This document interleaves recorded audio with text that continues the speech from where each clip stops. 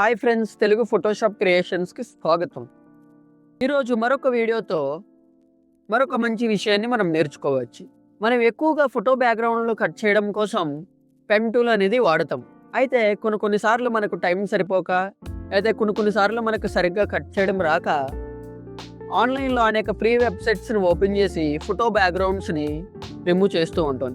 అయితే అందులో మనకు లో క్వాలిటీ ఇమేజ్ డౌన్లోడ్ అవుతుంది. సో ఈరోజు నేను హై క్వాలిటీలో ఫోటోషాప్లోనే 3 రకములుగా మనం ఫోటో బ్యాక్గ్రౌండ్ అనేది కటింగ్ చేయవచ్చు. ఓకే ఫ్రెండ్స్, ఆలస్యం చేయకుండా ఇక మనం వీడియోలోకి వెళ్ళిపోదాం. మొదటిగా నేను ఇక్కడ ఒక ఫ్యామిలీ ఇమేజ్ని తీసుకున్నాను. అయితే ఇప్పుడు దీన్ని సులువుగా నేను మొదటిగా ఏ విధంగా తీయాలనేది నేను మీకు చెప్తాను. మీరు చేయాల్సింది, నేను చూపిస్తున్నటువంటి ఈ కర్సర్ ఎక్కడ యూస్ చేస్తున్నానో మీరు కంపల్సరీ అబ్జర్వేషన్ చేయాల్సి ఉంటుంది. ముందుగా మనకి ఇక్కడ filters, editing, image, layers and selecting in filters అని మనకి కనిపిస్తుంది.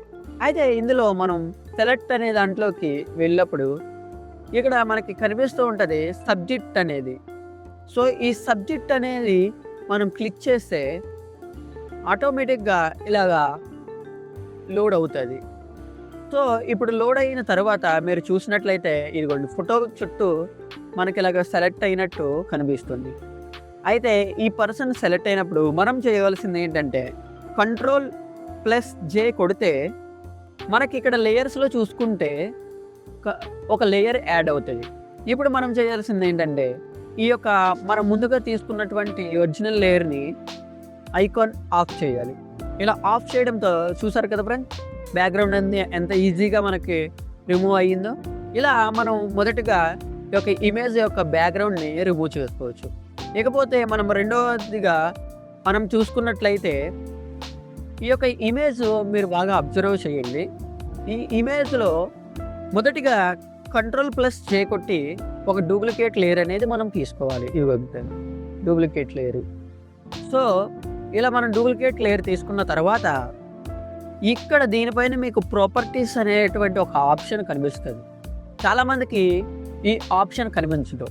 విండోస్లోకి వెళ్ళి విండోస్లో మీకు ప్రతి ఒక్క టూల్కి సంబంధించినవన్నీ ఈ విండోస్లో మనకు దొరుకుతాయి. మీకు ఇక్కడ డిస్ప్లే మీద కనిపించకపోతే మనకి ఒక విండోస్లోకి వస్తే ఈ విండోస్లో కనిపిస్తుంది. సో ఈ విండోస్లో ప్రాపర్టీస్ అనేది క్లిక్ చేస్తే అది ఇక్కడ యాడ్ అవుతుంది.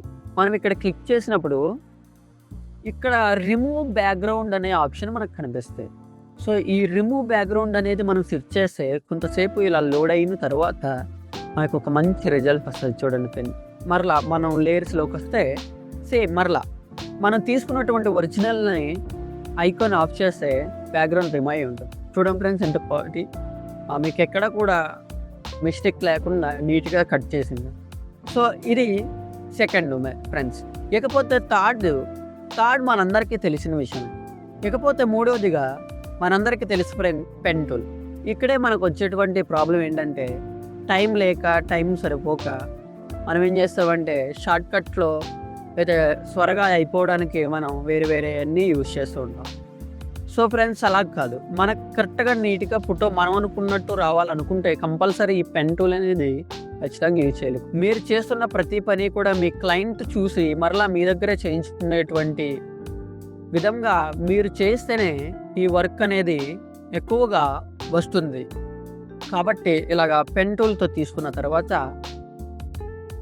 మేక్ సెలెక్ట్ అనేది క్లిక్ చేయాలి. ఇక్కడ కూడా ఓకే చేసి మళ్ళీ Ctrl+J కొడితే మరలా ఇక్కడ మనకు సపరేట్ లేయర్ అనేది యాడ్ అవుతుంది. సేమ్ మరలా బ్యాక్గ్రౌండ్లో ఉన్నటువంటి లేయర్ని మనం ఆఫ్ చేస్తే ఇలాగా మనకి నీట్గా కట్ అవుతుంది.